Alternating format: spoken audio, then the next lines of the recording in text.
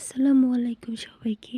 আজকে তোমাদেরকে আমি শাড়ির সাথে এই সিম্পল সুন্দর একটি হিজাব টিউটোরিয়াল তোমাদেরকে করে দেখাবো। আমি আমার হিজাবটাকে সুন্দর করে সেট করে নিব, মানে সুন্দর করে পিন আপ করে নিব।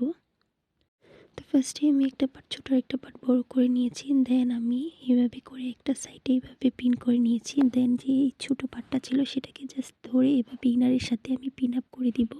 বড় যে পার্টটা রয়েছে সেটাকে জাস্ট এই পার্টটার নিচ দিয়ে নিয়ে আমি উপরে নিয়ে আসবো। নিয়ে আসার পর হিজাবটাকে একটু পেঁচিয়ে জাস্ট মাথার উপরে এটাকে আমি সেট করে নিব। তো তোমরা দেখতে থাকো ভাবে আমি এটাকে সুন্দর করে সেট করি। তো এটাকে এখন এভাবে ধরে জাস্ট দুই পা পিছন দিক দিয়ে নিয়ে জাস্ট দুইটা পিন আপ করে দিব। তো তোমরাও কিন্তু সুন্দর করে পিন আপ করবা যাতে ছুটে সামনে চলে না আসে।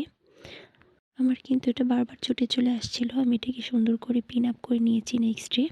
তারপর আমি নিচ থেকে যে ছোট পাটটা ছিল সেটাকে জাস্ট উপরের দিকে নিয়ে এসে পিন আপ করে দিই। এখানে একটা ব্রোচ ইউজ করব, তাহলে কিন্তু এই টিউটোরিয়ালটা দেখতে খুবই সুন্দর লাগবে। আগে কিন্তু মাথার উপরে একটা পিন ইউজ করতে হবে, তা না হলে কিন্তু হিজাবটা ছুটে চলে আসার সম্ভাবনা থাকতে পারে।